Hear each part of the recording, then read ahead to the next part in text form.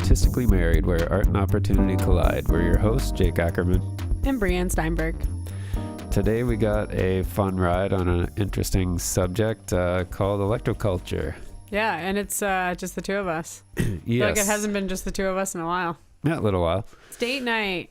Yeah. We finally got our videos working. Yeah.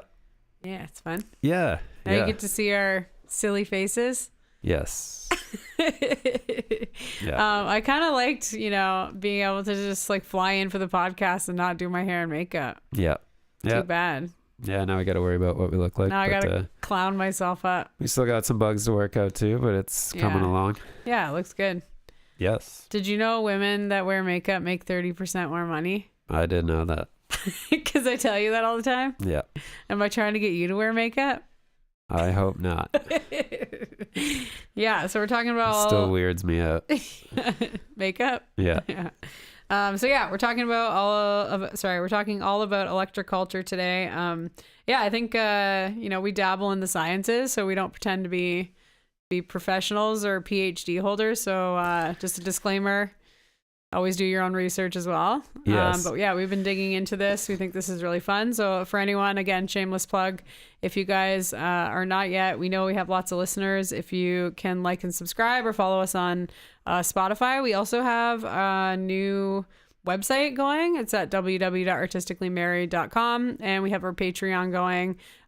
Check it out. I've just been slowly adding all of our AM Live, our Artistically Married live set, so you can check out some of the artists that we've had, and we've put together the videos. So yeah, the Patreon, you can sign up for free, and we have awesome recordings of our artists that we've had on the show. Yeah, we've had about 10, I think. 10 artists where we have like the video put together.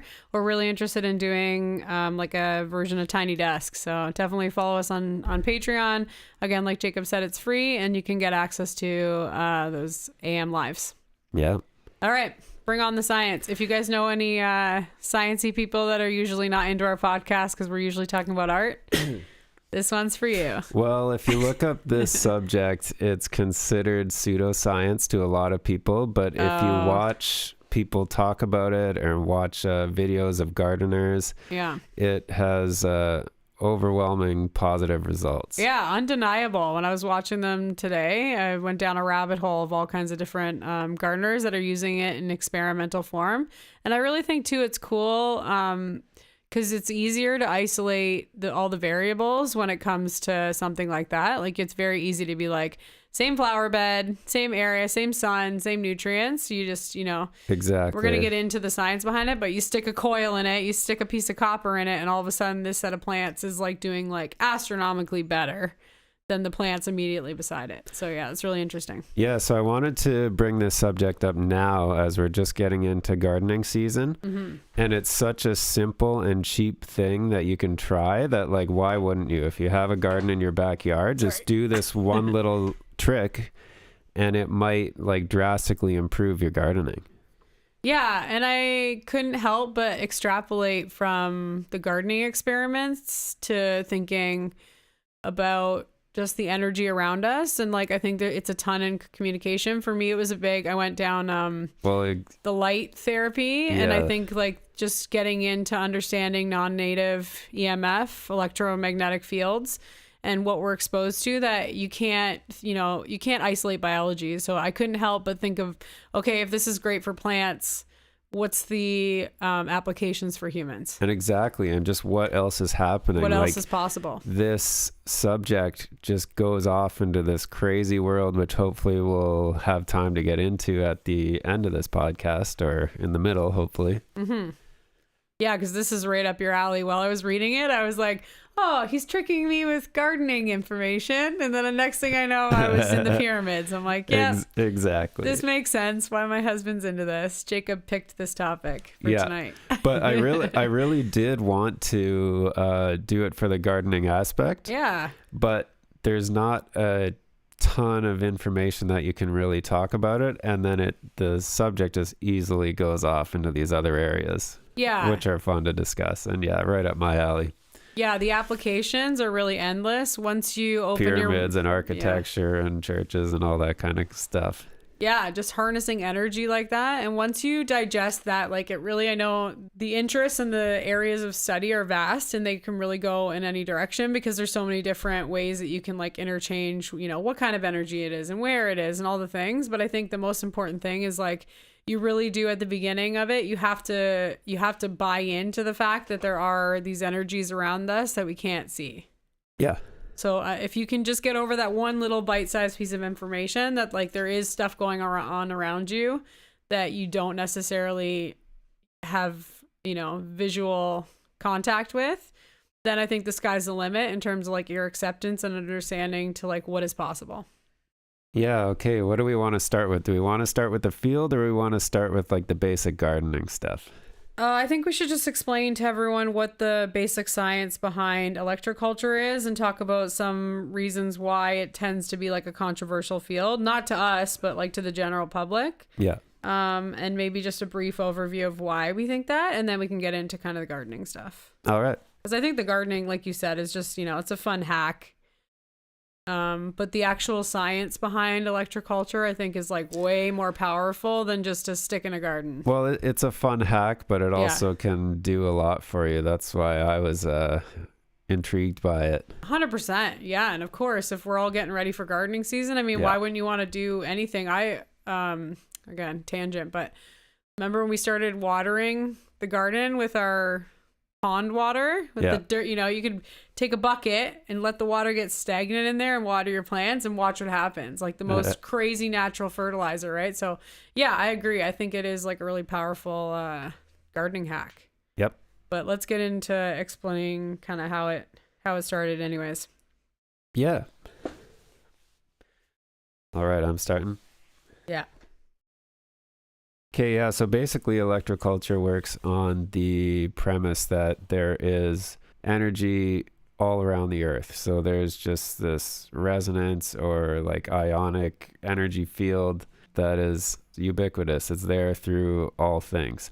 And things that we see kind of work with this, like lightning and static electricity and stuff like that. They're explained with modern science, but there is this other aspect which is kind of hard to explain, which this kind of ties it all together, that there is just this energy everywhere. There's some things you can do if you, they did some experiments in the past where they made balloons out of tin and they put them up high in the air, and the higher they would go, the more and more charge they could read from these balloons. So as metal goes up in the air, there's just electric charge that's associated with that.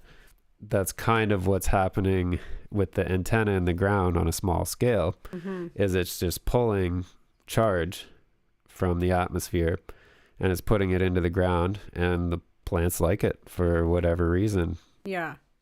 I think we maybe I'm sure we're going to get into that reason yet. Yeah, I think we can explain a little more in terms of like electro. So yeah, anybody who's like not a science-based background, it really works on polarity. So we see the way like a magnet sticks together. Magnets have like a positive pointing in one direction and a negative, which again, I'm only explaining this because it does get important where like they're very specific that it has to be going north-south. What's that? The rods, when they're putting them under their flower beds, they have to be running, like some of them are just up, but if you have like a whole thing, a whole bed, they run them lengthwise. Yeah. Oh, interesting. They run them north south. Okay. Because you're creating that magnet. And they interconnect them all. Yeah. Oh, I didn't even realize that. So your north has to be pointing north towards the antenna. Yeah. And then it runs north-south underneath your bed, because you're only going to get... So then that's actually tying in with like the Earth's magnetic fields, like naturally too. You're making that makes sense. Circuit. Yeah. So then they said the farmers that I was watching their videos of, and we're going to get really into this when we talk about the ancient sites, is that they really found the most impact when it was in a circle.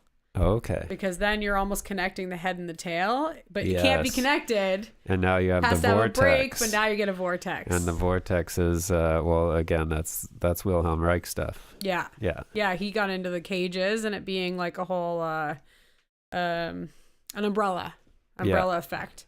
But when you're working on the gardens, it's north to south. And the only reason I bring it up is because you do get that polarity. So yeah, the idea is that there's a lot of specifically negatively charged ions. Yes. That can be super beneficial to all biology, I would argue. Yes. I bet you. I mean, we're made of water just the way plants are made of water. We're made of carbon just the way they are. So I think we end up with this. And again, if you want to talk about EMFs, you want to talk about like non-native things that are firing around us. Imagine just this big thick cloud of smoke, and our bodies, or the plants, let's say, plants are, because we can experiment really well, are trying to get the negative ions out of the atmosphere, but they're really struggling more and more now with all the bombardments of all the other things. Yeah. We have internet, we have, rays, we have our houses, we have our electricity, we have all these things happening. Well, exactly. And there's the antenna really just, and the more the experiments studied, the higher it was, just like your tin balloon. Yes. The greater power, the greater the plants were doing, because the higher you go, the less you have the interference of all the humans doing all the stupid shit around us. Yeah. So if you could get really high up, let's say like 20 feet above your house, and stick that antenna there, you're going to get even more of the plants getting that negative ion charge that they need, that they're not getting right now. Yeah. And this is like foreshadowing for later, but what's on top of every old church? You have a giant copper spire as high as it can go. Yeah, exactly. Yeah. Let's stick a cross at the top of everyone, right? Or they're just points, not even the cross shape. A lot of the time it's just a spire. Ah, interesting. And the more you get into these older architectures too, like they're all, some of them have like fractal geometry all down it and stuff. Like it looks like it's so far advanced in that field of study. Yeah. And on purpose, all the sequencing, all the patterning looks like it was intentional. Yes. And the reason why I think that it's so noticeably intentional, I mean, aside from the obvious, which is like, I think there was trends in France and England and South America, but like it would have taken years to get from point A to point B. So the trends that you're thinking that you're seeing is actually intentionality based on science. Yeah, this was actually another thing I heard, and I think it ties into the same topic, but I heard somebody say that long hair is like an antenna. And so the longer your hair is, you're going to be more in tune with this. And so like men always keep their hair short, and people argue that's like something to keep us like dumb and weak, basically, right? You change the style, where if you look at like, you watch an old movie of people in Egypt, they all have this long flowing hair or something like that, right? Yeah. So I'm curious to try it, but I've never had long hair, right? Yeah. That's interesting. Animals too. They talk about animals having so like the whiskers. Maybe that's why they're always crazy or something. Yeah, we're all like tapping in. You're in tune to everything around you. Yeah, the antennas, totally. Yeah, we are way more intuitive, way more like tapped into like emotional surroundings. We have way more women saying that they have like these like psychic abilities and telepathic, intuitive, And if you think of the image of like a gypsy in your head, they always have very like, or not a gypsy, like a fortune teller or something. Yeah. They always have the very long hair, right? Yeah. I was thinking of animals too. They have like their whiskers, and that's like their like feelers, they're able to like track things around them and, be like a lot more intuitive. Yeah. Cool. So yeah, the theory obviously suggests that plants evolved with Earth's electromagnetic field, the way it, let's call it the ancient electromagnetic fields that would have been present back in the day, and they were obviously responding positively with their natural energies around them. I think it's just ignorant to think that we water and sun our plants, but it can't have connection to the like atmospheric energy. Yeah. Silly. I know. And when we break down what is air, like the more scientific you go, there's like so much stuff. Like you're with, air is oxygen. No, it's like oxygen and nitrogen, and there's all these different gases, and there's all this stuff that's floating around at all times. Yeah. So of course they're going to interact and create different responses as they like change their, it's called like an ion channel. This is another interesting thing that I love. It's a simple question, like where does a tree get its mass? How does a tree get so big? Where does it get it from, right? And it's like if it was taking stuff from the ground, there'd be like a big hole in the ground of all this stuff that it'd be taking. So it just pulls it in from the air. Well, they do say that the roots of a tree can end up wrecking your soil, depending on the tree, I think. Oh, of course, yeah. So yeah, there's like something magic in the DNA, but you're right. It's, it's the consumption of like what's the composition of the tree. Yeah. I mean, yeah, the DNA alone, mind-boggling. So wild. So yeah, they talk about membrane potential. ion transport, like you had mentioned, but specifically in the ground, there's like calcium, potassium, and proton gradients. And then again, that combined with the signaling, the electrical impulses, and the polarity that's happening on the soil, it ends up really, in terms of like the plant psychology or the plant physiology, is that the root growth, the function of the plant is all like measured by the activity or like the pull from the copper wire into like how it's manifesting its absorption is the theory behind it. Yeah. So yeah, as it's saying, like pulling from the Earth's electromagnetic field, the plants are going to respond positively when the natural energies are enhanced. Yeah. So your plant's going to grow normally, and it is probably doing its own thing pulling that. But then when we add just a copper coil into the ground beside it, it's just going to enhance that for it. And try it yourself, I guess. Yeah. I guess we need to explain how to do it. You said you watched a bunch of gardening videos. You probably have a better knowledge than I do.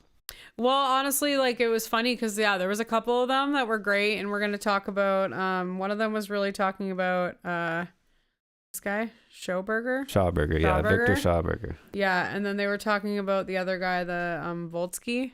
Okay. Volhalsky.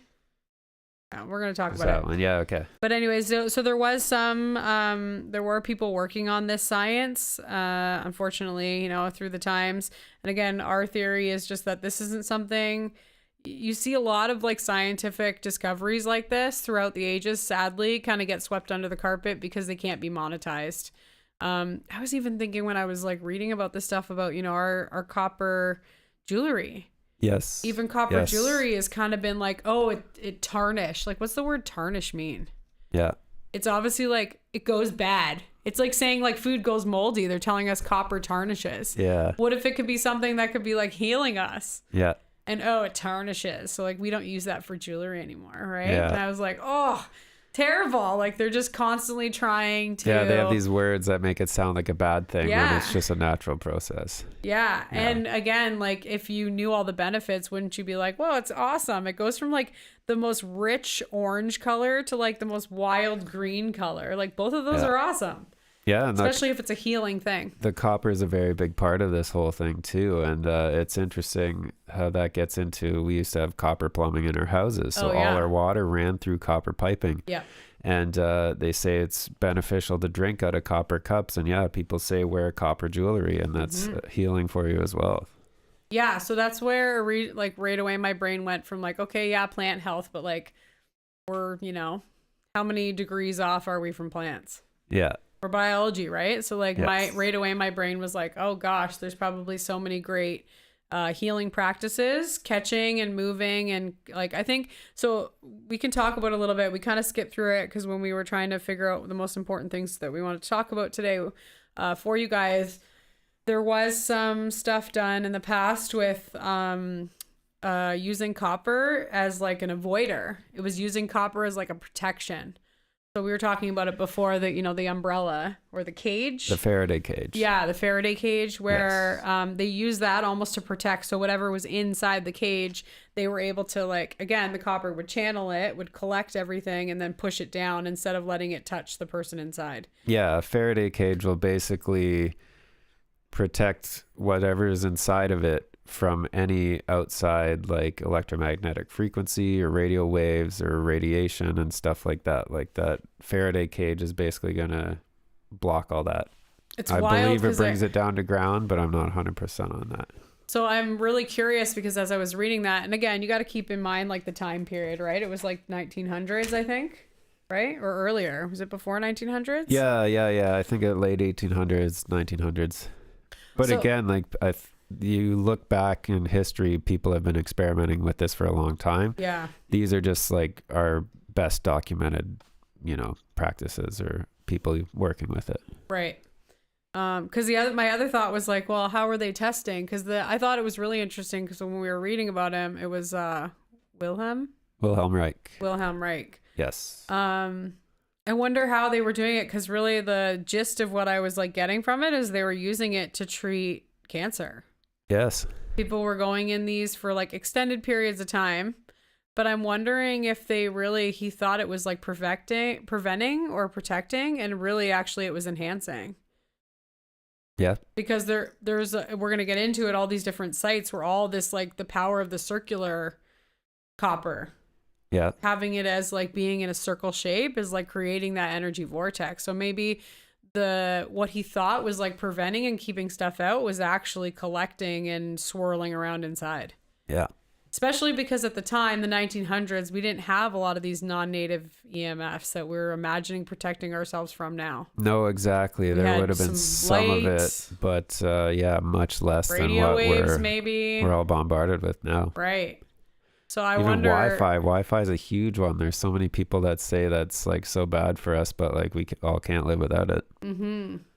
Yeah, and it's crazy because like there are people who are really sensitive to it, and they'll explain that they need to like turn it off, or when they go, and everybody feels that way when you like go on a camping trip or you go up north, right? And you just feel like, oh God, my whole body just feels like calmer, like more relaxed. Yeah. But I don't think we ever, maybe we just don't want to admit that that's what it is. We're like, oh, it's because I'm off work. It's because I'm near the lake and the water. I'm not on the phone. Yeah.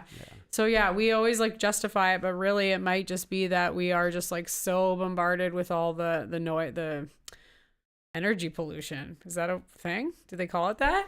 Yeah. What do they call it? Whatever. It's EMFs. Yeah. Yeah, it's non-native EMFs. So things that we're not used to that are just like all cluttering our, our energy fields. Yeah, which again is making it way harder for the plants to like get what they need. Yep. Awesome. Yeah. So do you want to, this was like the key historical figure.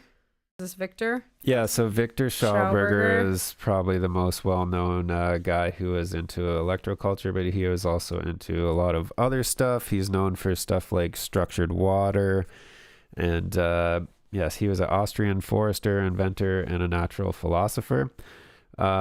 He was really into the way nature worked, and he had revolutionary ideas about water, energy, and natural forms. And yeah, even forms is a very interesting thing too.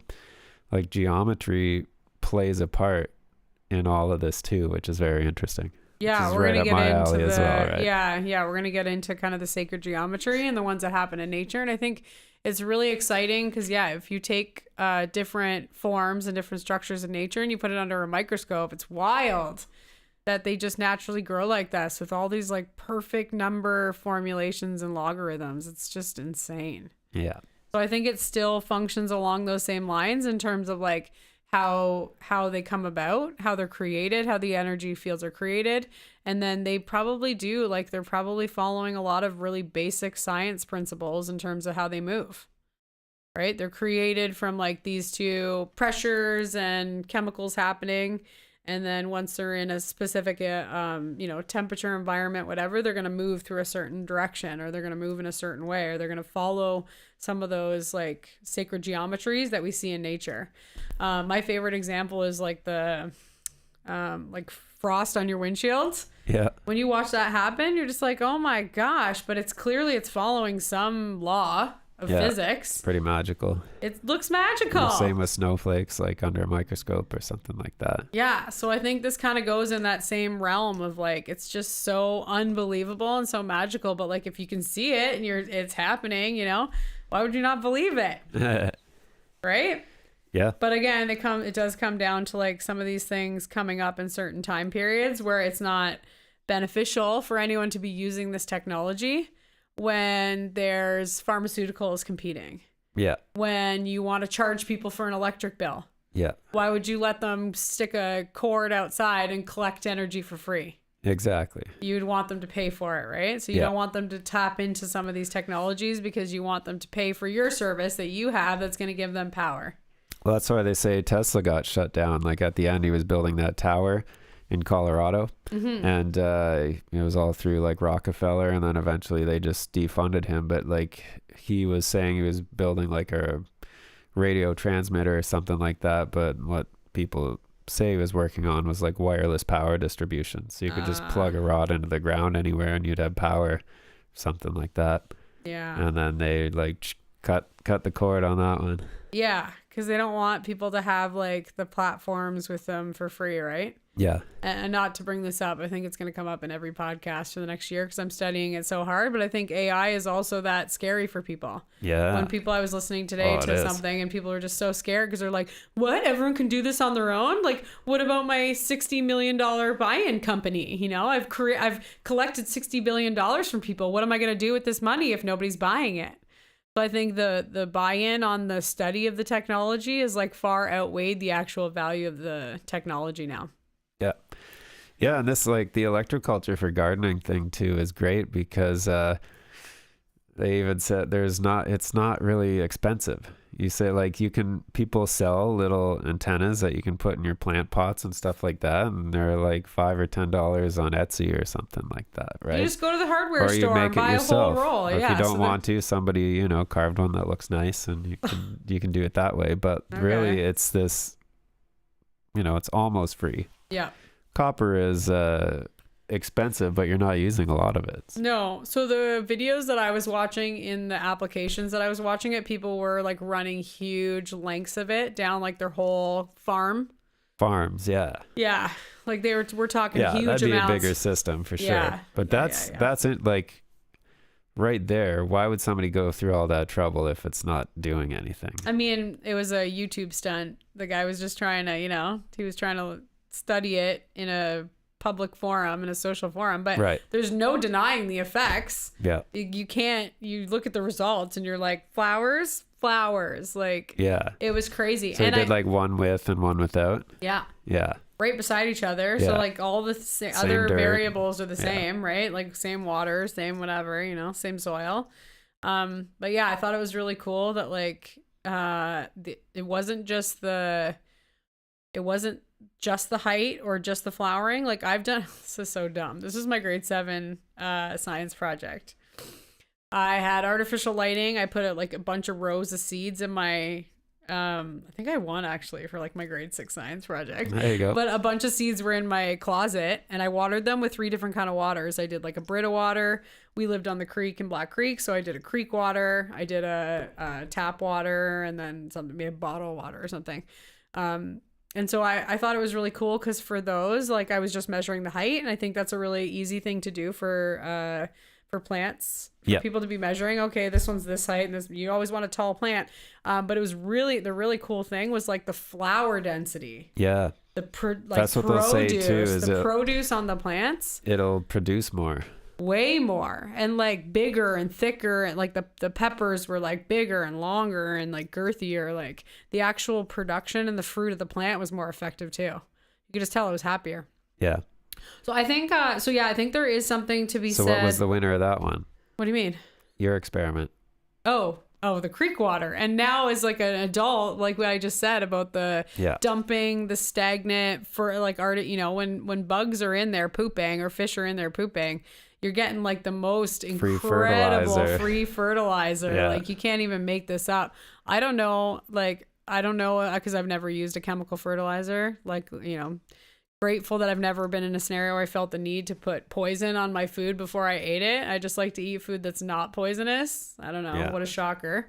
But anyways, I thought it was really cool because seeing the way our garden responds to like this, creek water, pond water was exactly the study that I got, back in the day with just these like beautiful, the fruit is just amazing. And again, free fertilizer.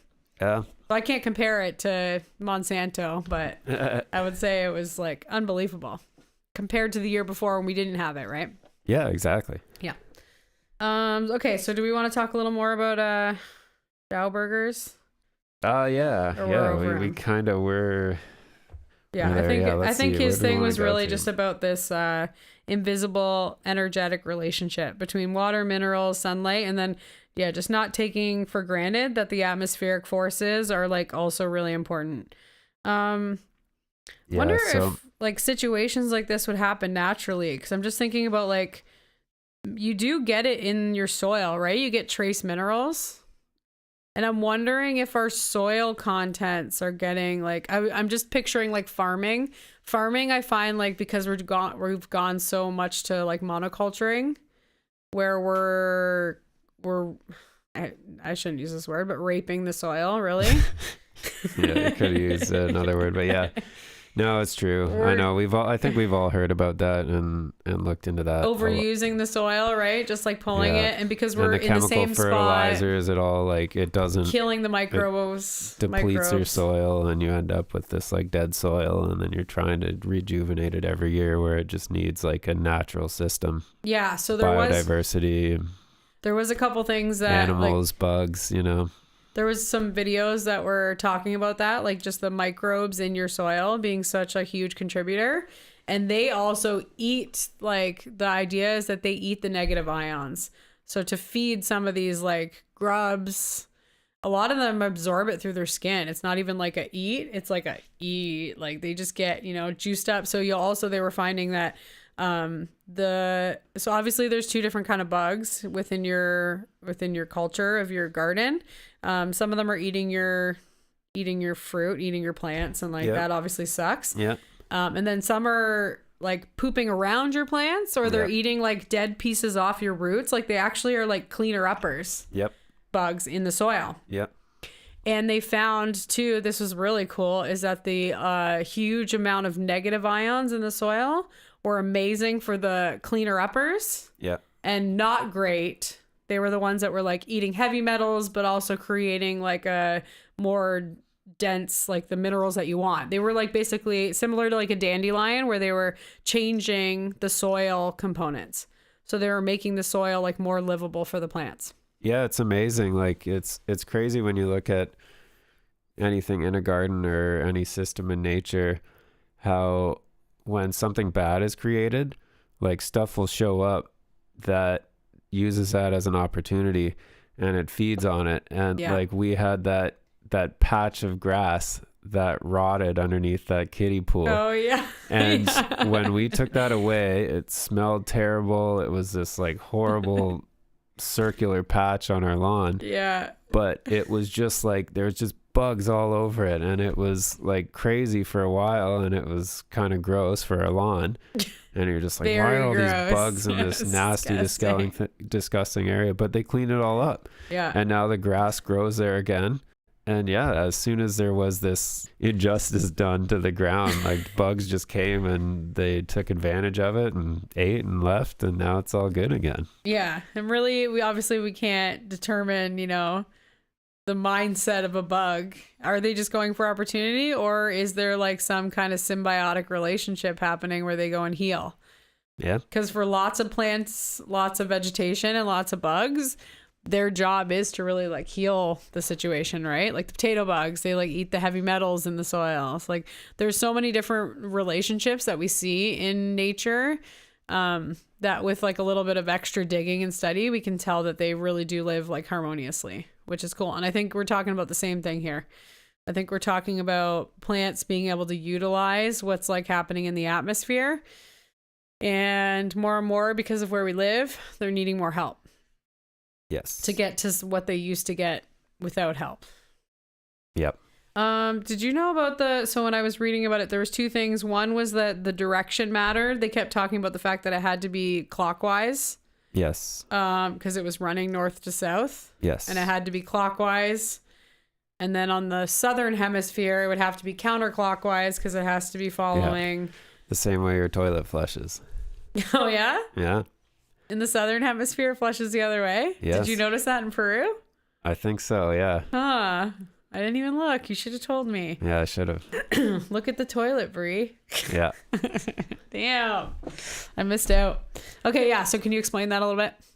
So, yeah, I think it's basically just correlating with the spin of the Earth. And the Earth's like, everything spins, right? Electrons spin, the Earth is spinning, and spin is just this thing which is important in nature.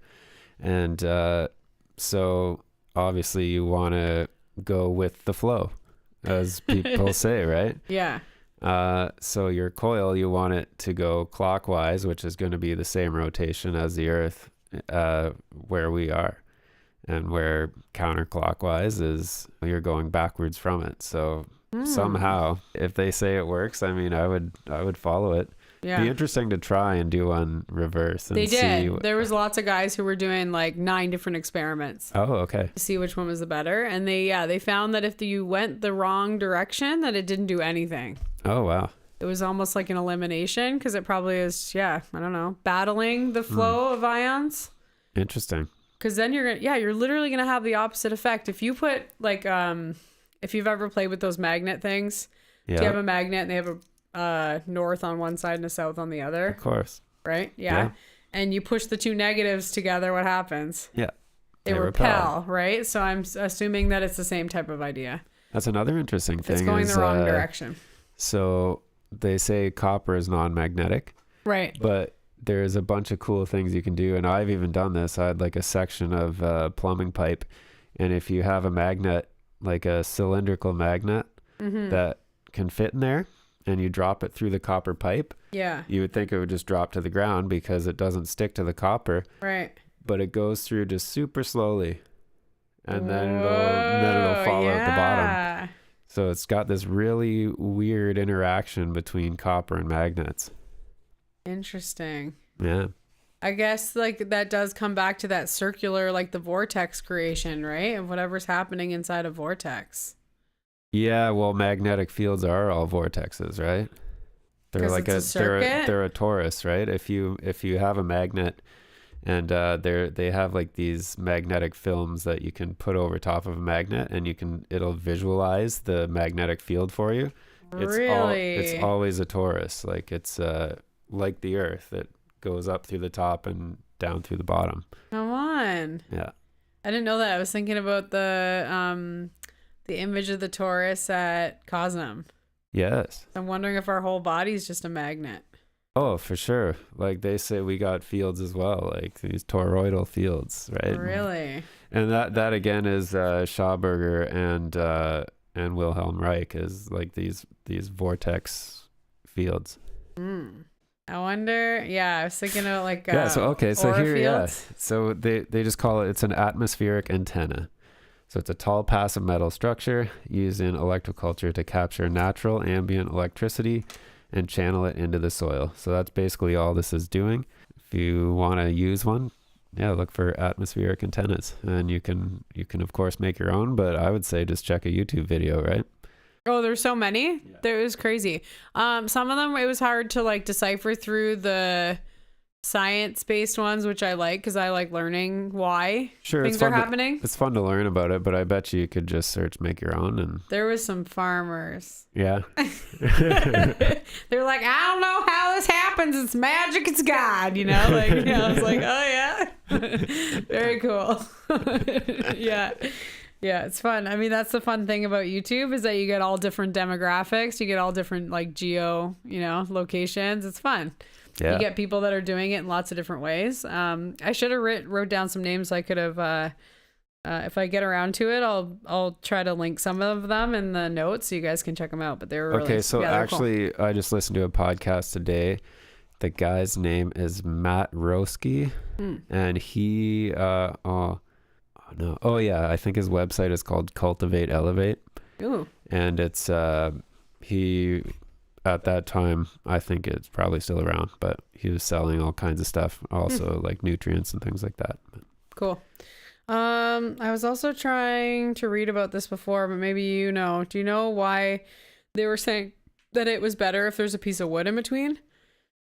I don't know, but buffer maybe? I would guess because wood is non-conductive and it's natural that's just not going to interfere with what's happening. Like if you had a metal stick, then that's just going to suck your ground straight through the metal. Like the coil's probably maybe not going to do anything, or it's going to counteract that. Yeah. Again, another thing that I've been looking into or hearing like in this subject is that the earth and the plants they don't really like iron. So if you use like a iron rod or a metal rod, then that might counteract that thing. There's something about copper again. Weird, because there's so much iron in soil. They even said use copper tools when you're gardening, and I don't even know where you would buy those if that's a thing that people are selling. Right. And copper is like a soft metal too, But they say, yeah, the copper just works alongside nature and the iron is like working against it, basically. Why don't we just use the force? Yeah, sure. Just slice it with the force. Just chanting and trumpets. Yeah, the vibration. Remember we did the vibration podcast? Yeah. I forget what that was. Was that in Tribe? No, that was lifting. Yeah, the crane one. one. Lifting rocks with vibrations, drums and trumpets and chanting. Yeah, that's great. Screw the metal tools. It's too hard on your back. Yeah. Electrostimulation. We kind of touched on this, but yeah, it just enhances germination rate. So they also, a bunch of them were saying like, do this before you even put the seeds in the ground. Okay. Because they said it really does. It helps it like germinate, which means the seed breaks open and root, like get stronger roots. So you should just have the antenna just even into your soil. Yeah. Like I guess even through the winter, right? I don't know. Maybe just grow all the weeds that are in there. Right now we just have a bed of weeds. Yeah, like where weeds are gonna be like, wow. Yeah, I don't know. We'll have the best dandelions. Yeah, seriously. We do have the best dandelions right now, except my dad chopped them off yesterday. Oh, what you get? I actually tried to eat one this week. Come on. Yeah. Just raw off the ground? Yeah. Oh my gosh. And? Well, because like everyone says they're delicious. Yeah, everyone tells us they're great. Yeah, they said you can eat the flower, you can make like coffee out of the roots, and then you can eat the leaves as like basically like arugula in a salad or something like that. So I picked a flower and I picked some of the petals and I ate it, and it does actually taste good. Yeah. Yeah. I did make a dandelion stir fry one time. Oh, okay. Yeah. You think I'd be really poor in college or something, but no. Just smoking weed and curious. Yeah, it was in like university. Well, that's it. I was just curious. We'd heard enough people say it, so I was like, I'll try a dandelion. It's right there. I'm hungry. Here we go. Yeah, I mean, it really should be like that more, though. I think like we've ruined all our taste buds by being so, processed. Yeah. Oh, yeah. We've ruined like what we used to think is good because we're so used to all the like garbage that we're eating. Oh, definitely. Yeah. Definitely. If that was all there was, do you want to talk about the food shortage? No, that's another podcast. I'm like, we might be eating dandelions tomorrow. That gets into politics, but I'm like, that's also kind of why I'm like, into this might be the year, we should learn to garden. Yeah, totally. Okay, yeah. That's what I was thinking about. I'm like, yeah, we'll be talking about this as like a necessity pretty soon. Potentially, yes. Potentially. Could happen. So I was talking about germination rate, so cracking open the seed, the root elongation, so the roots were like longer and bigger, more sturdy and healthy, and then obviously, the metabolic activity would come through when you're seeing your plant growth, enzyme activation, and then the ion transport. So I don't know, like it's hard because there's always a critic, right? There's always somebody saying that it's like not true, but you got to just try it for yourself. Oh, interesting. They also talk about magnetized water. Yeah, that's interesting. We are going to get into some more water practices when we talk about ancient sites, because there always does seem to be like harnessing the water. It's funny that everything you look at just says, it's anecdotal reports of improved not replicated growth. Yeah. That's what you get from WebMD. But really, that's what I always say. And Wikipedia. What is anything in science? But it's an anecdote. What's an anecdote? It's a story. So I did this and then this happened. Isn't that also science? Cohesion. Right? And I did this experiment and then this happened. Yeah, especially when you're starting to get into like, 7,000 farmers tried it and it worked for 90% of them. Yeah. So I agree. I think it's anecdotal until like a bunch of people try it. That's what I'm saying. All science is anecdotal. Yeah, I know. And you know what? This could be a whole other podcast, but I think we went through this like time period. We saw it. It was in our childhood where we invented university, and we invented these giant institutions of like the gatekeepers of the education. And, we saw this entire body of people and places and communities coming out and saying, if it doesn't get done through us, then it's not real. And that ends up making them like superpower. But I think we're combating it. They're gatekeeping. But I think we're combating it because we got YouTube now. We're like, don't tell me it's not real. anybody, like I said, go check out Electroculture on YouTube. You're gonna get some dandies. You know? I bet. Oh yeah, just the most redneck people that are like, they have no idea, but they heard it, and they're farmers, and they're like growing our food for us. You know, they're doing the best thing that you could possibly be doing on this planet, which is growing food. Yeah, and they're actually out there doing it, and they're trying it, and it's That's working. what we So need. yeah, so I think we are combating it by having this kind of like global, you know, regardless of the fact that our still information sites like are still, you know, advising that we don't know the validity. I think you can prove it for yourself by like going on and seeing all people's testimonials. Exactly. That it's working. Okay, so yeah, we kind of touched on this. The biology and the chemistry between the two is really promising. And again, like we said, you know, we're seeing a bunch of different, what do they call it? My mom always says this. You have... Oh, perimedical. They're calling it paramedical. I don't even like that, but I think we're seeing all kinds of things like this. We're like energy healing and Reiki, and I was just talking to this girl at the gym. I want to have her on the podcast. They call it paramedical. Oh, okay, yeah, like parapsychology, yeah. Right. Para's anything that's like. It's almost. Yeah. It's almost medicine. It's not scientific. But again, it didn't go through a culture, and you can't make any money off it, and you can't charge for, you know, premium for the pharmaceutical that people get addicted to. Yeah. So it's not medical, you know? Right. Yeah.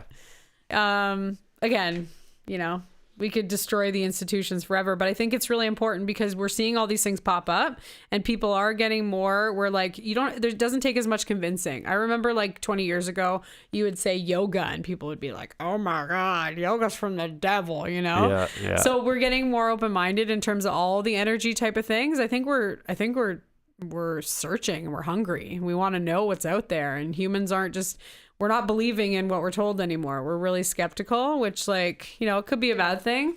I don't think so. No, I don't either. I think it's great, but I think it can be scary. Yeah. When you don't know who to believe, you don't know who to trust. We're at this really pinnacle point where we're like, oh, like our doctors don't really know what's going on, you know? Oh my God, like we're being lied to. I just ran into one of our friends. I hadn't seen him in a long time, and he's 60. He's my parents' friend, actually. And I made some, you know, sarcastic conspiracy comment, and he was dying laughing. He's like, oh, you're so cute. You're 40. Like, you're just realizing this now. You know, you get to an age where you've lived long enough to be like, I think they're lying to me right now. Like, I think this is some bullshit.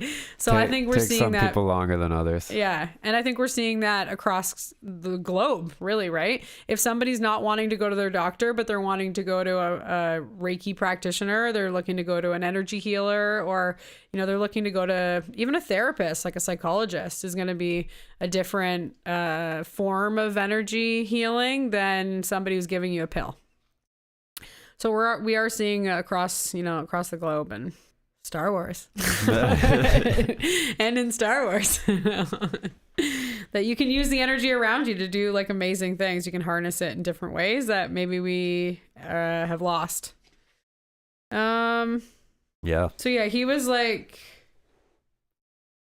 spearheader of kind of like the energy patterns and really dealing with natural energy patterns. And then there was this Lakovsky guy that he was the actual inventor of the coil.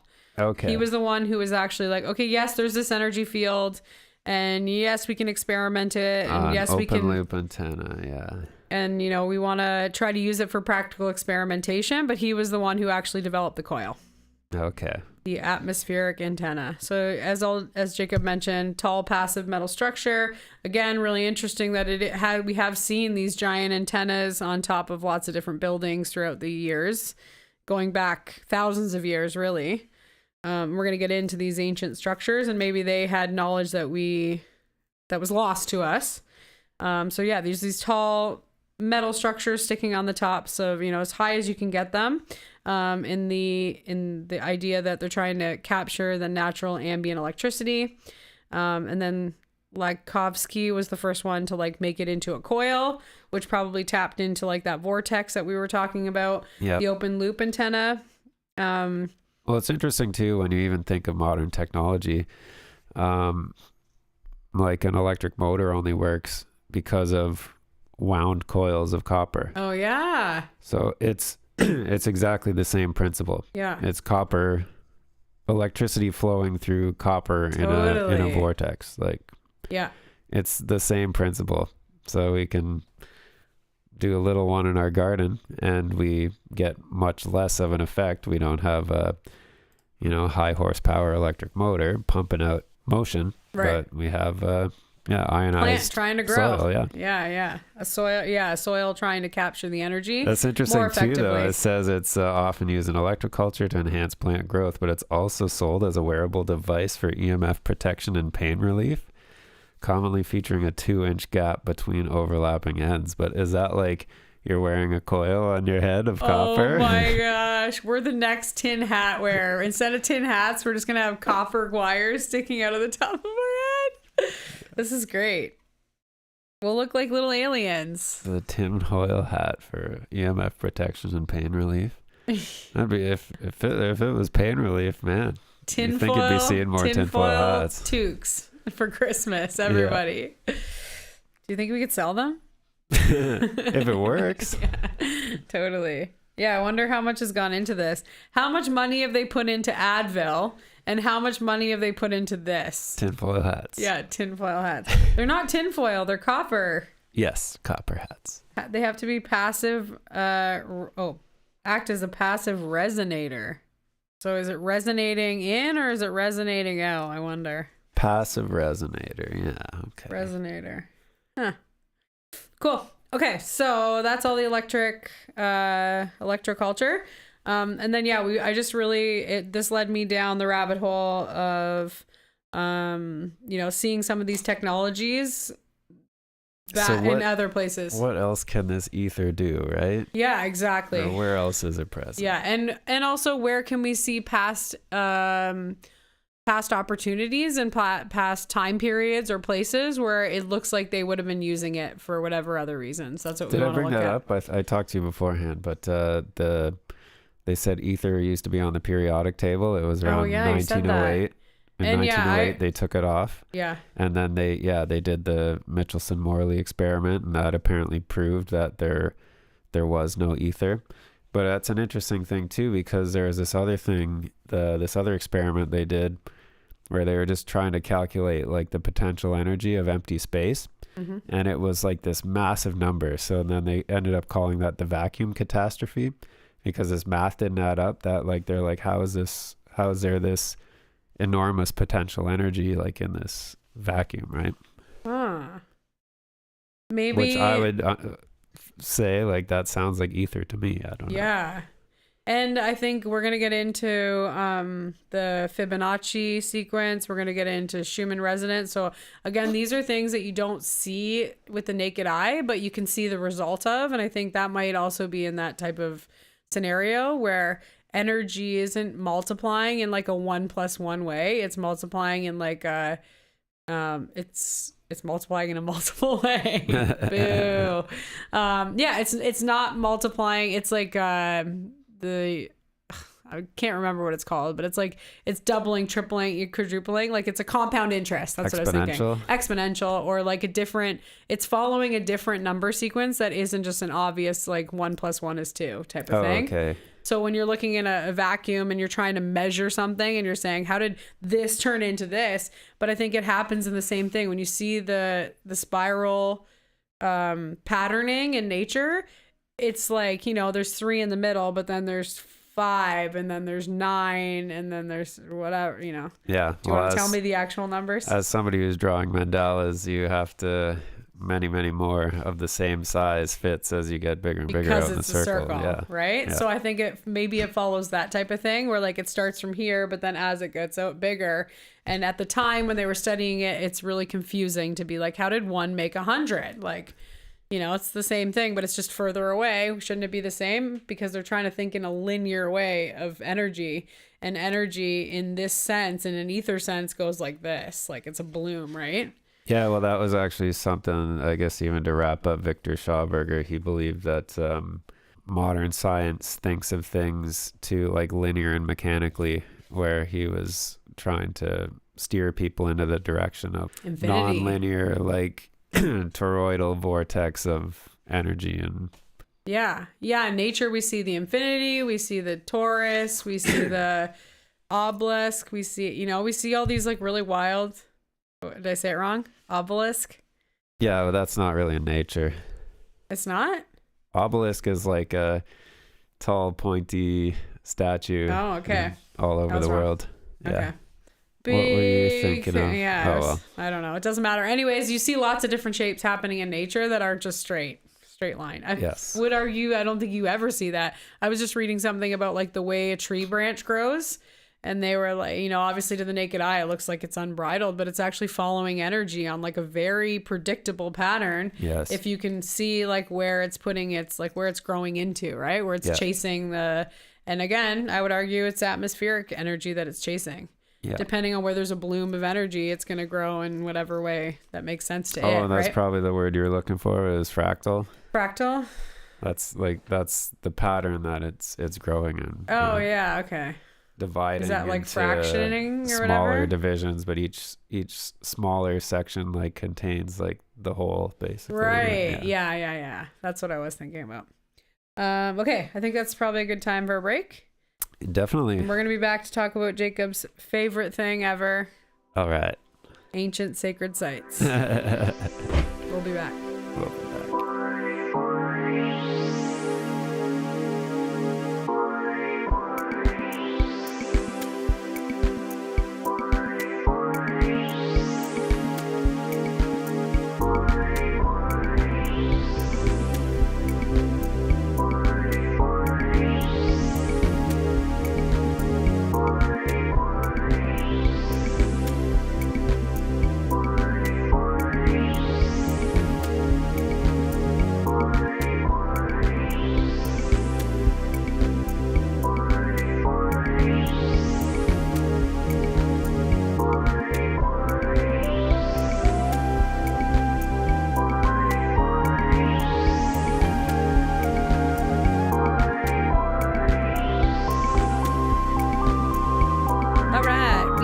Tonight it's just me and Jake. Just a reminder, guys, if you are interested in following us or liking us, you'll be able to stay in touch with all the things that we bring out as we bring out weekly episodes. We'll keep you up to date.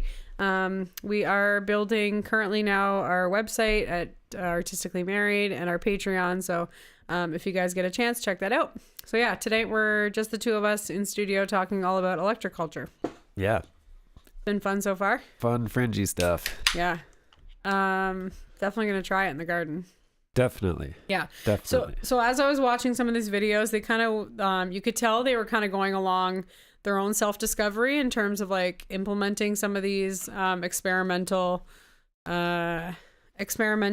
scenarios or using the copper rod in their garden. And a lot of them were finding, again, through experimentation, all the things that had to be. So it had to be running north to south. It had to be going clockwise if they're in the northern hemisphere.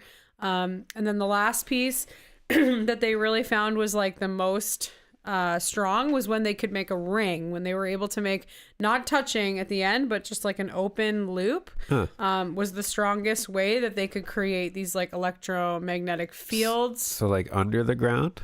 They were in the garden. So let's say you had like a garden bed here, and they were basically, instead of just doing the straight rod up and into the ground, they were doing a big, if they wrapped around the coil on the bottom, or not the coil, if they wrapped the tail around on the bottom and made a circle, it was working even stronger. Interesting. So that obviously led me to think, oh my gosh, how many times throughout history do we see these like Did they need like more sticking up out of the ground? They found that like the higher up it was, the better. Oh, but you only fields. needed one? Yeah. Oh, okay. Yeah, it was only one, but like when they were, instead of just running it the length. So one antenna and then it came down into. And if they could loop it around the garden instead of going straight underneath it, it was a lot stronger, creating that circular power. Interesting. So that obviously led me to like, oh my God, how many times in history do we see these megalithic sites with these giant stones in a circular form, and we have no idea why? Yes. So that I was started to dig up information on, and I was like, oh my God, are these stone structures kind of functioning on the same channel? And it turns out that a lot of the theories behind them, and when you go to these sites and you do energy testing where you bring a charge device where you can actually do some diagnostics. That is the situation. So it's a ton of channeling negative ions into the circle. And then it's a circle of magnetically charged stones. So again, you do see it in like a specific types of stones too. And they create this really big energy rich area that they would assume would be to grow plants. But again, if you're going back to some of like Reich stuff, it could be healing. Maybe they were doing practitioners there. Like maybe they were doing some like, body healing, or they were doing growing. Who knows? Like I think it really could be, the applications are endless in terms of like, if you're, if you're just trying to power up biology, this is how you do it. Yeah. So even obviously Stonehenge is your most common one there. And when they survey those areas, there's Stonehenge is like the most prominent one in England, but they're all over the place, and there's these stone structures all over. And if they do LiDAR scans, like they find there's many of them just buried in the ground. For sure. And they are in England. They are in these very rural places. So it totally could have been like a agricultural antenna for sure. Yeah. And yes, a like lot of the stones do contain magnetite, so they are magnetic. Yeah. Naturally. And a lot of times you'll find that if you follow the tail of these sites, there's oftentimes the rest of it similar to the situation as like having the amount that's under the ground. They'll have the circle like this, so there's your hook, and then there'll be a whole bunch of buried stones leading to water. So the assumption was that they're even pulling it from they're pulling it from the water energy. Yes, or there's water flowing underneath. If we have like the cenotes and Chichen Itza. Yeah, you see these ion channels coming from the water. Yeah. Yeah. So yeah, do we want to get into them? Oh, there was a mention about a natural telluric current, and I was like, I wonder if Jacob knows what that is. Yeah. Is that just the water? No. Telluric currents are like it's basically energy.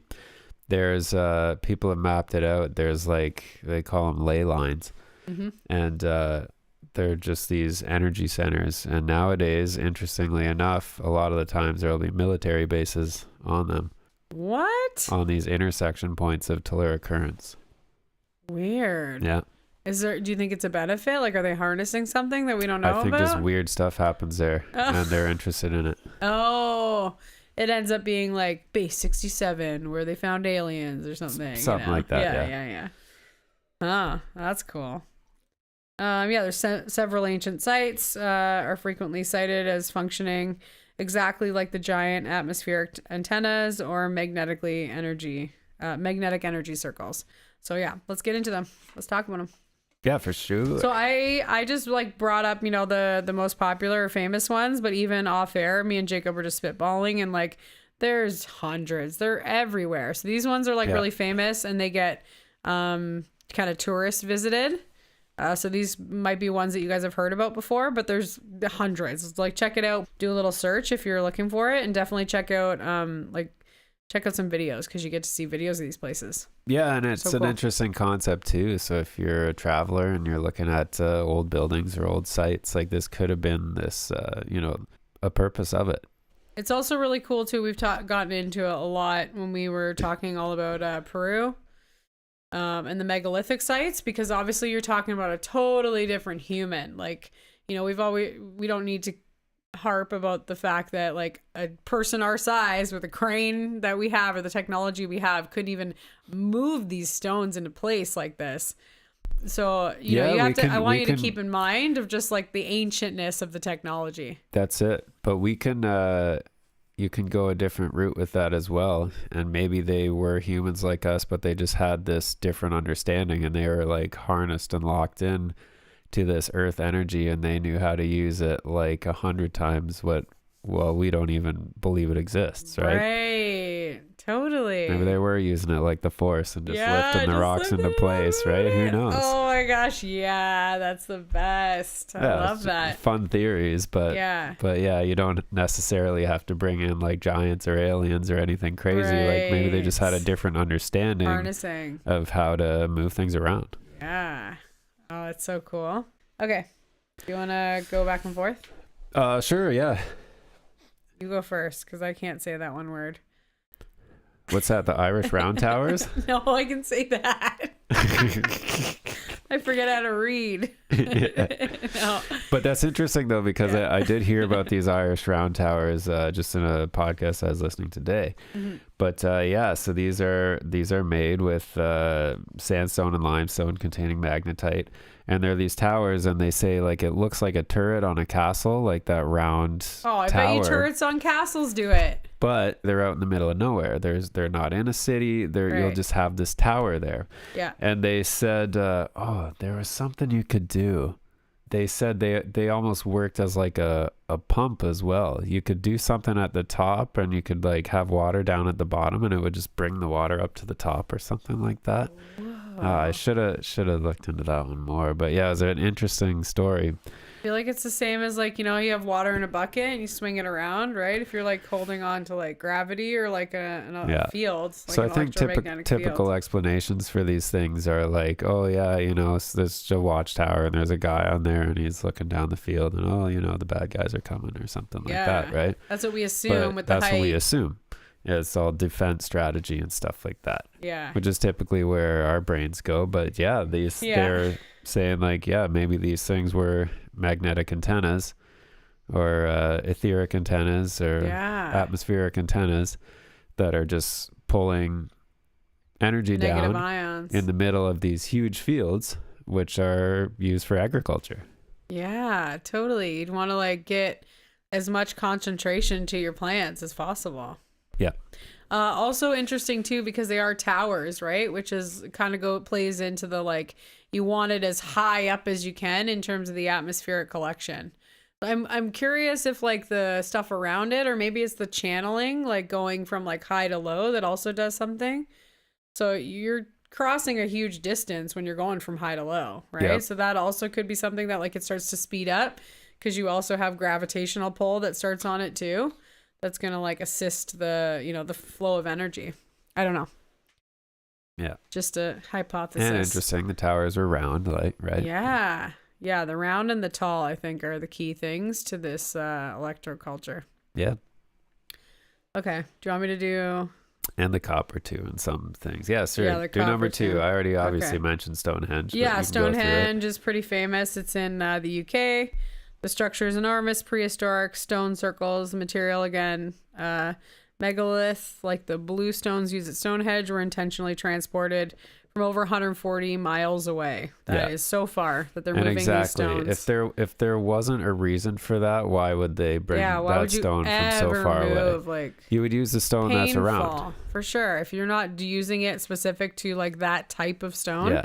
And again, just like Jacob mentioned, they always tend to be high concentrations of magnetite, and iron and quartz, which are all high conductors of magnetism. Yes. Yeah. The energy function, again, studies by alternative researchers suggest that these circles act as large, weak geomagnetic batteries.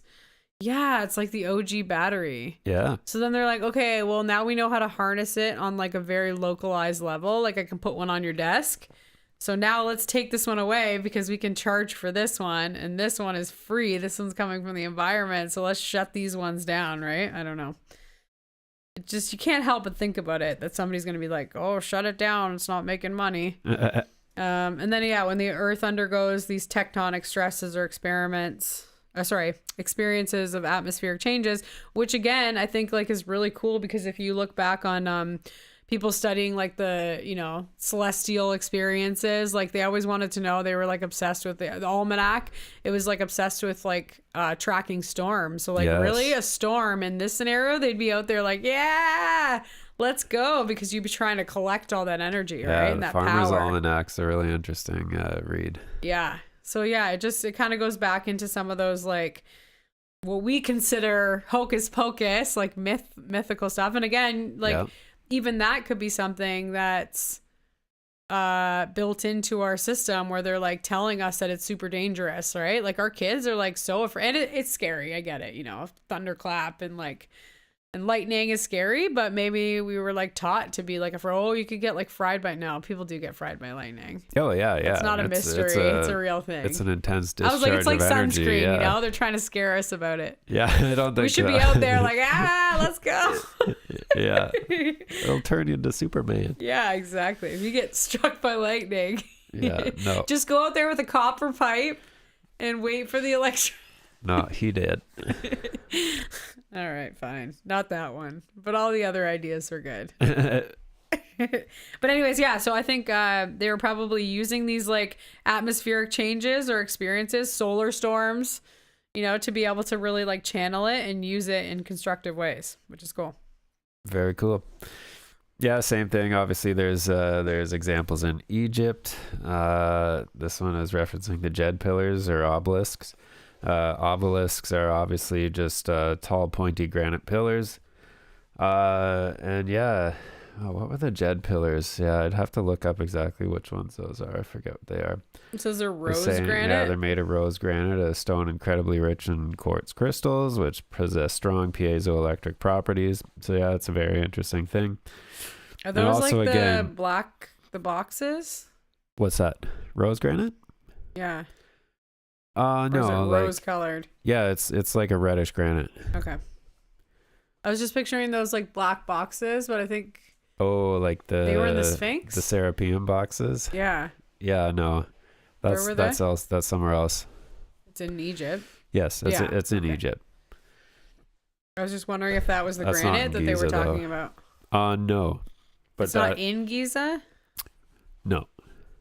Those big boxes that they just found like the lid off of. Serapeum, that's in Saqqara, I believe. Okay. Yeah. We got to go to Egypt. Yes. We're trying to go to Morocco in October, and Jake's dying. He's like, we're so close. Yeah.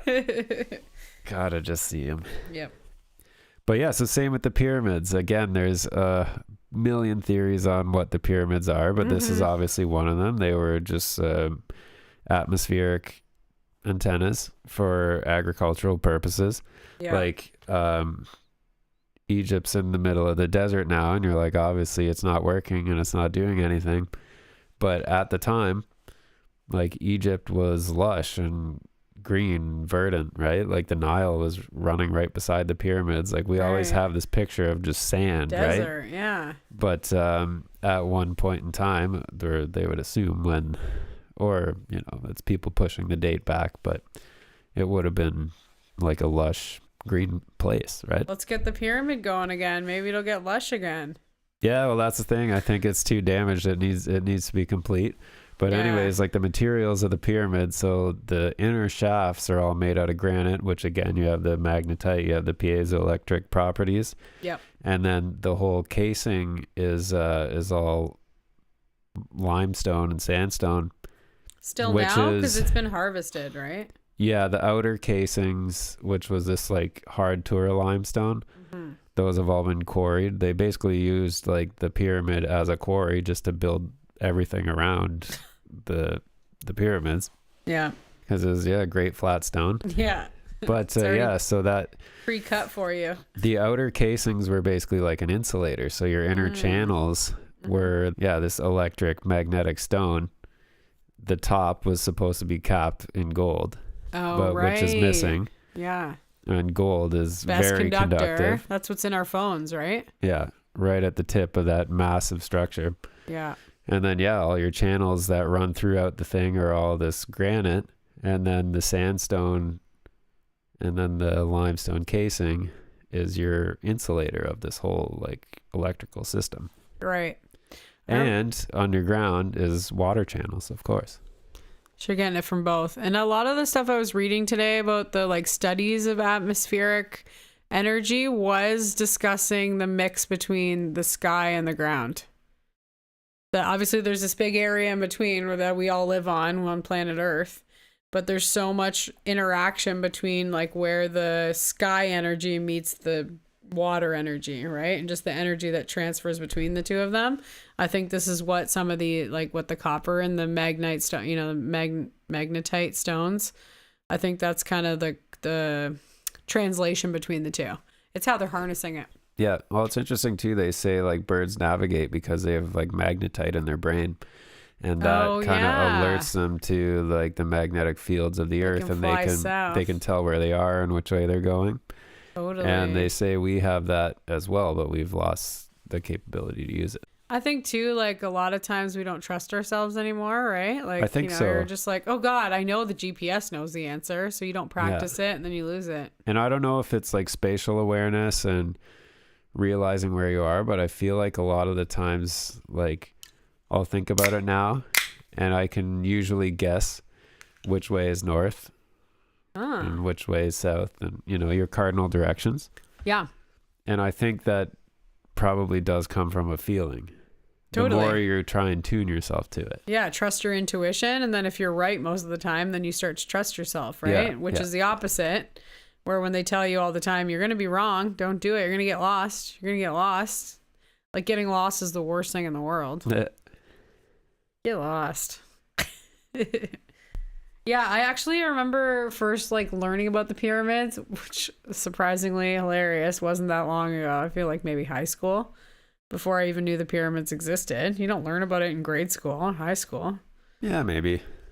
But comes up eventually in some unit, right? Yep. You study Egypt, around the world or something. Yep. But I remember thinking that it was like probably similar to our copper pipes, where it just looked to me like when they're in there, they look like channels that are too small for a human to fit in. They are. And I also was kind of thinking, I mean, again, it would be not on. And the shafts are extremely steep. Like when people are inside, they're like, this feels like I'm walking through a machine. Like it's not made for humans. Yeah. And if we take it one step further, and your theory on moving blocks with your mind isn't true, and they actually were as big as I'm imagining them to be.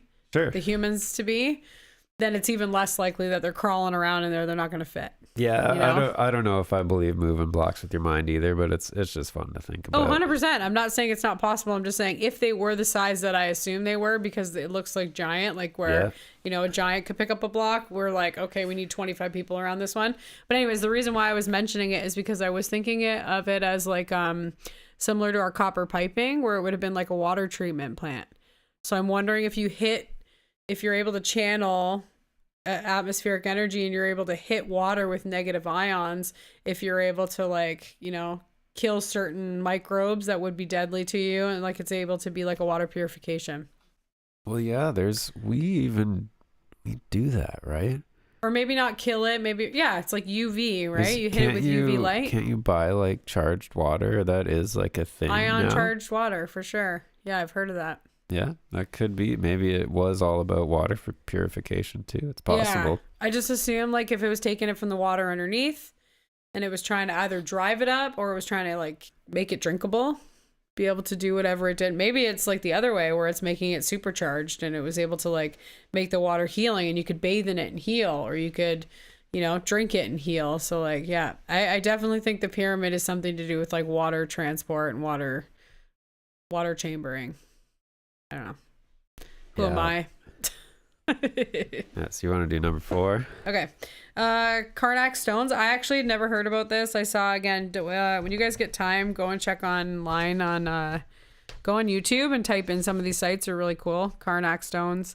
It's in Brittany, France. Thousands of aligned prehistoric standing stones stretching across miles. Oh yeah, I have heard about these. Yeah. And again, it's local granite. Highly responsive to subterranean water currents. This one is like on the water, so they assume that it was like doing water energy, like water channeling. Yeah, and they're all like lined up and they just go forever. And there's so many. They're all like very big and like difficult to move. Yeah. People have tried to explain them away as like it just happened, but like it's ridiculous to even imagine that.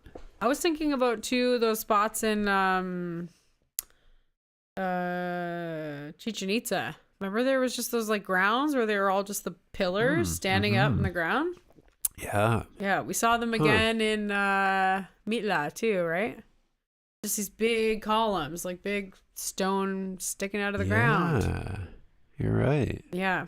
I didn't even think about that. So I was like, anytime there's a pillar, they're I probably was just trying to immediately channel just stuff. thinking like, oh yeah, columns or a roof, sure, but yeah. No, because they were so close together. Why would you wouldn't have any room to walk I know, around. that It one was all wouldn't like boom, boom, boom, boom, boom. It didn't you make know? sense as a building. No, it didn't make sense to be a building that was like just, filled with columns. Yeah. But it would if it was right beside your garden, Yeah. right? Or you're growing Oh. growing near there, around there. Yeah, that one's interesting. Yeah, it's really cool. Oh yeah. So yeah, just the science behind the Oh, interesting. the Yeah. stones was Yes, as the stones amplify the electric field, releasing negative ions, as we were saying, in the surrounding air and topsoil. But it says the surrounding valleys have historically shown unusually high crop yields despite poor rocky soil conditions. That's very interesting, a phenomenon attributed by electroculturists to the ongoing ionization from the stones. Wow, that's wild. Yep. So they just have great crops there, and like it's like crappy soil and bad conditions, and that's very interesting. Yeah. I also saw something. It was just like about, okay, I'm gonna say mulch, but like that's not the right this is word another for one. it. So yeah, Ground cover. There's a lot of studies with ground cover, how you put like rock around to be ground cover, and I'm wondering if that's like a similar scenario where you'd end up getting like better surrounding. I would bet if you had the right rock, for sure. Yeah, you're getting better surrounding agriculture. And people do like put rocks around like gardens and stuff, right? They'll put like their field stones or whatever around the garden, or around, fire pits. Yep. So I'm just wondering if it's always kind of that similar scenario where it's like being conductive and creating like a powerful innard. Yeah, so this is just mentioned here, but there's another rock type that they use is basalt. And that one is supposed to be another like paramagnetic rock. Yeah. And that is another one that these ancient structures are built out of all the time. Basalt, yeah. So Yeah, same with Peru. Like if any of the old megalithic stuff in Peru is always like the same rock type that had to be brought from somewhere far away to the top of a mountain, 10,000 foot elevation mountain. Yeah. It's craziness. Insane. Like it had to be worth the effort. Yeah, exactly. Yeah, especially at the top of a hill, right? Yeah. They're like, it's conductive and we're going to get it way at the top so we can collect the most always at the top. Atmospheric pressure, atmospheric energy. Very interesting. It's funny that you're always harping about wanting to live on the top of a mountain. Yeah. You just want to get the power. Yeah, there you go. You thought you were avoiding floods? No, you're getting supercharged. Yeah, there you go. Yeah, the higher up, the better. Yeah. Yeah, so that's another thing I wanted to bring up too, again, was like these old churches. So all around Europe, this kind of gets into like this, the old world, like basically, Europe past 1,000 years or so.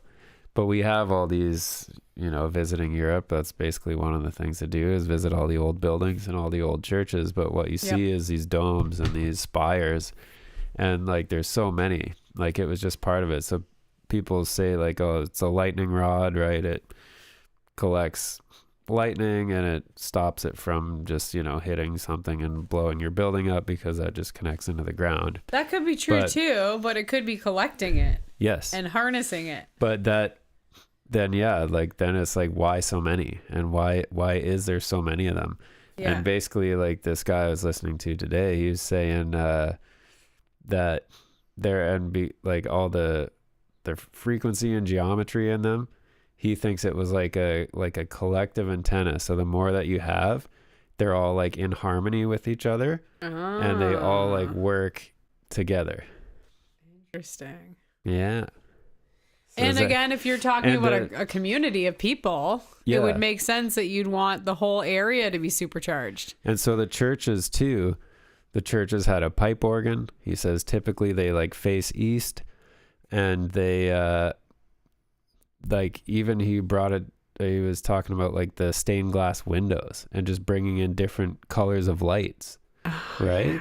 Yeah. So it was like light healing, sound healing, and atmospheric healing, like in this center. So it was like the church were these places of healing. Magic. Right? Where he says now everything's changed. Typically they've changed the layouts, like their wooden pews and stuff like that, where it would have been totally different in the past. Wonder if it would have just been empty, more like Masonic temples where it's just an open dance floor in the center. And they have like kind of a podium at the top. You've seen like Masonic temples laid out. Yeah. They're a circular center room, and they have elevations on the top, and then they have like a pew or a podium or something on the, like, you know, kind of off to the side.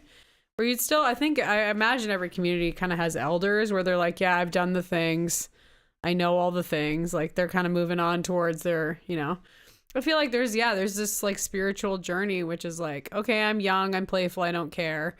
Okay, now I'm serious, I'm like midlife, I got to know all the things, I got to connect, I got to like, you know, find my energy. Then you kind of get obsessed with like your mortality and you're like, I got to heal, like I got to, you know, connect, I got to try to save myself from the end, and then you kind of move on to the end. So I think these churches are like, as an original, like you said, old world way of healing, I think would have been like, yeah, I don't know. I would love to go back to some of those practices. Definitely. Because now we use language as this really like our most powerful tool. Let's say like our talking becomes like the energy that everyone's trying to harness. And we could be missing something that's so much bigger than us. Well, yeah, I've heard a lot of people say nature. that too for a lot of different things, but oftentimes giving something a label is actually kind of hurting it, because now you've just like, you've diminished it to this word. Yeah. And it's just that, where a lot of the times it's much more than just that, right? And I think that's kind of with a lot of these subjects. Yeah. Just not understanding, or like, the you know, language is like a barrier. Yeah, and again, it becomes that gatekeeper, right? Where they're like, if you don't understand the language, you can't learn, you can't be educated. It's an education and a practice, not an emotion and an intuition. Yeah, and like you were saying before, a lot of the times these words have like a negative connotation to it. Yeah, which is also, you know, brainwashing, right? Yeah. Yeah, it's kind of manipulative, like us making us feel a certain way with like the language that we're taught from a kid. Just socialization, I think, is like really crazy, and we see it. We're raising our kids, and I'm like, oh God, you know. How many times are you with your partner or a family member or your child or your parent, and you're quiet and you're just experiencing the world with them in a really quiet way? And now look at the phone. Oh, I know every episode I'm going to talk about the stupid phones and the stupid tech and AI, but I just want people to really like take a second to realize, again, is it worth dragging these stones from 140 miles away and carrying them up the mountaintop? It's hard, but it's worth it. And I feel the same way with people being able to like put their phone away and just experience and you know, be in the silence and meditate meditate with people around you. I think it's so powerful. Yep. I was saying I want to try and build a Faraday cage around my bed. Oh my God. Stay tuned for this. Do we want to get into grounding? I don't know how expensive it's going to be. Okay. Yeah. So we're not doing that. I'm not caging myself in with you. It's not a cage. Am I going to go on the other side of the cage? You won't even notice. It'll look nice. Yeah, right. Yeah. We'll see. It can be built into the walls. I need it to it's be just a metal I need a mesh. rendered drawing. It can literally be the whole room. All right. Anyways, yeah. So this was actually something that's cool that you put it in here, but I didn't even put the two things together because I was just assuming that was an entirely different system, but it's probably exactly the same system. Exact same system. Because yeah, we brought up grounding before in our nature episode and like our outdoor healing episodes. But yeah, when your feet are touching the earth, again, that came down to like negative ions. And charge, because they're negative ions that are just stuck in your body and they don't have anywhere to go, so you end up feeling that burnt out. It's burning cells and it has nowhere to go. And exactly, it ends up being painful. As any electric system, your house operates, you create power, you use power, the power has to go through ground, and if you disconnect that ground, your electrical system stops working.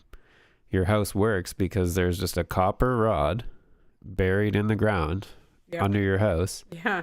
And your electrical system ties to that. And that's how it works. And if you take that out, you wouldn't have anything. Lights, power, nothing. Really? Yeah. Has to have an exit route. It has to go to ground. And it's just the ground. It doesn't go into like a system that goes into anywhere soil. Else. It just goes into the earth. Yeah. I was thinking about like when you plug something in, you're kind of making that your circuit, like you're making that your human in this case, or your battery, right? And notice how hot it gets. It's just like energy like pent up in that system, and then eventually, like a lot of our electronics, it burns out, right? So I think that is kind of the same. It sounds like simplistic, but it is kind of the similar scenario that's happening with a human. Yeah, it's just going in your body and has no way to get out until you touch that soil, and then it can go, we're an electrical thing. We're just like a plug. Yeah. So yeah, I think it is interesting that it's all based on this like free flowing energy that seems to be like detrimental to all living things, I would argue. Yeah. But that was an interesting thing too. They were using the grounding antenna in potted plants indoors, and it was still having an effect. Yeah. Huh. So the ground is just dirt? Because even the guy doing the experiment, he was the like... pot on the ground? He was assuming this works because it's taking in the etheric energy and it's bringing it to ground. Yeah. Around the plants. Right. But he was like, it also works indoors in a pot, which is not connected to the ground. Right. So it's still pulling in energy from something. It can dissipate into, soil. And I think the way that it's saying it's a passive antenna. Passive just kind of means like... Or it's not pulling, it's happening to it. It's just like a natural... It's like if you put a straw in water, the water's just going to go there. It's like concentration gradient. I think the ion transport works the same way. It's like, it's passive because it's like a natural gradient. Like you put it was a good analogy, I think. You put water or straw in water, the water's just going to start flowing out.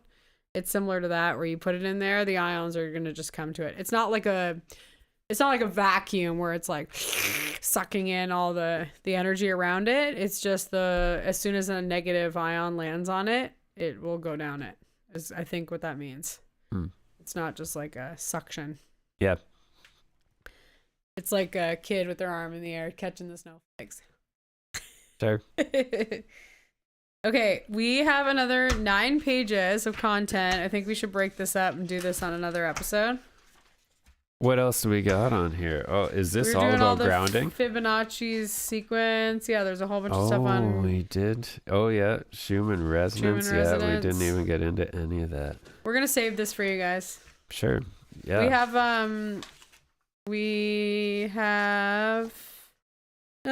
next week we have Dan Zaccardi. He is the owner of Moxie Total Health. So we're going to go do another wellness episode, which I'm really excited to sit down and talk all about women's health with him.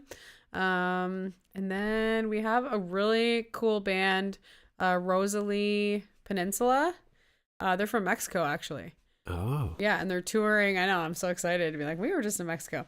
I feel like they're from maybe southern Mexico, maybe like more closer to Cancun.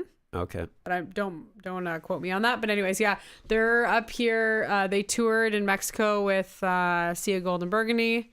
If you haven't checked out our episode with CD Onofrio, he's the one of the members of Sia Golden Burgundy. Check that out. So yeah, they were opening for them. Sia Golden Burgundy was opening for them, and now they've invited them here for their tour. So we'll definitely keep you guys up to date on those tour dates, because I think they're playing in Welland. And do we have For Ernest coming up? Oh yeah! Oh my gosh, so exciting! Yeah, we have For Ernest, Tara and Mike Saraceno. They're going to be amazing. They're here in a couple of weeks as well. So yeah, lots of great episodes coming up for you guys. Again, like I mentioned, check out our Patreon. It's free, and you can see all the, you can follow as the AM Live stuff comes out. So it's a year old of AM Live. Do we have tiers too with the bonus content? Yes. Yeah. Yeah, you can check or help us out. How much is it? Like $5 a month? Yeah, $5. $5 is our busker tier. Nice. That's pretty much us right now, just sitting on the side of the road begging for money. But we're also working on bringing you guys a newsletter. So yeah, we'll keep you guys up to date on that as it comes out as well. We're really excited to release a newsletter. It'll be kind of a collab between the two of us. Jacob will give you some tips for art, and I will give you some tips for business. That's kind of how we're gonna start it anyways. Yeah. Maybe some cocktail recipes. I don't know. Ooh, cocktail recipes. And Jacob also wants to do a conspiracy theory corner. So you guys can vote. That one, yeah. That's Hard sell. That's a possible side project, but Yeah. it's going to be a lot of work that I don't have time for. But we'll see. Well, why Maybe don't you one guys day. vote? You guys Maybe let one us day. know. Let us know what you want in the newsletter. Yeah. Cool. Well, thank you guys so much, and we'll see you later. Don't forget to follow us on Spotify, and you'll never miss a podcast. Yeah. Good night.